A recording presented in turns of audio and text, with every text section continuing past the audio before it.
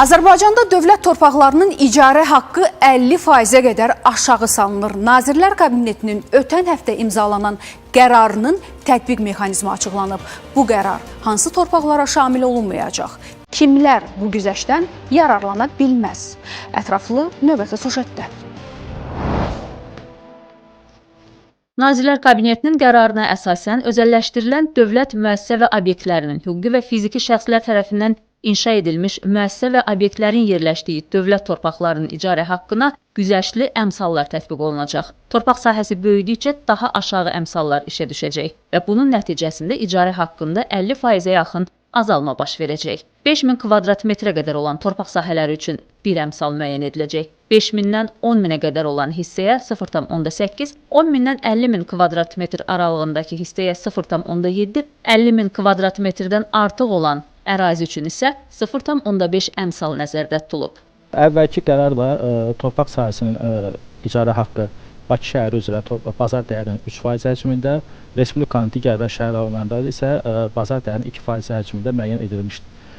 Yeni dəyişikliklə həmin hesablama qüvvəsində qalır, əlavə olaraq isə əmsallar tətbiq olunur və nəticədə torpaq sahəsinin ölçüsü artdıqca icarə haqqı məbləği azaldılır. Bu güzəştlər İqtisadiyyat Naziri yanında Əmlak Məsləhət Dövlət Hökuməti tərəfindən icarə verilən torpaq sahələrini əhatə edir. Məsələn, yeni tənzimləmə mexanizmi nəticəsində əvvəllər Lənkəran rayonunda 10 hektar torpaq sahəsi üzrə illik icarə haqqı 10.000 manat təşkil edirdisə, bu məbləğ 6.200 manata qədər enəcək.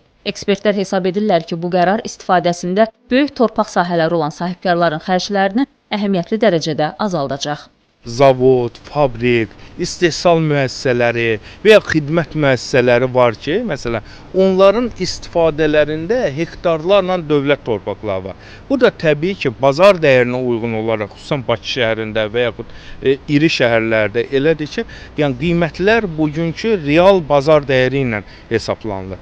Bəli, belə olduqda həmin 3%lik məbləğ və yaxud 2%lik məbləğ, yəni sahibkar üçün böyük yük olurdu. Yəni bu ödəməyi bəzi sahibkarlar ödəyə bilmirdilər. Əmsallar tətbiq etməklə həmin bazar dəyərini əmsalların nisbətində bu qiymət bir qədər ucuzlaşdırılır. Yeni tətbiq olunan güzəşt mexanizmi yalnız sənədləri tam qaydaya salınmış və əmlak məsələləri dövlət xidməti tərəfindən icarəyə verilmiş torpaq sahələrini əhatə edir. Güzəştlər sənədlə təsdiqlənmiş torpaqlara şamil olunur. Bir məqamı da xüsusi qeyd etmək lazımdır ki, söhbət kənd təsərrüfatı torpaqlarından getmir. Bu sırf kənd təsərrüfatı təyinatlı torpaq sahələrinə qətiyyən aidiyyatı yoxdur. Yəni bu kənd təsərrüfatı təyinatlı torpaq sahələri bu deyil. Bu həmin torpaq sahələridir ki, sahibkarlar dövlət torpağı üzərindəki tutaq ki, binalar xüsusi mülkiyyətdə ola bilər. Amma yerləşdikləri torpaq sahələri dövlət mülkiyyətindədir.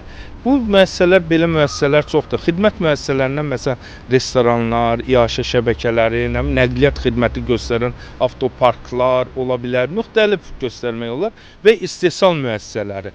Dəyişikliyin əsas məqsədi iri ölçülü torpaq sahələrinin icarəsi zamanı sahibkarların və investorların maliyyə yükünü azaltmaq, investisiya mühitini genişləndirmək və xüsusilə böyük ölçülü dövlət torpaqlarının iqtisadi dövriyyəyə cəlb olunmasını stimullaşdırmaqdır. Fuad Allahyarov, Əziz Əzizov, Vəfa Şəhlai, İqtisadi Zona.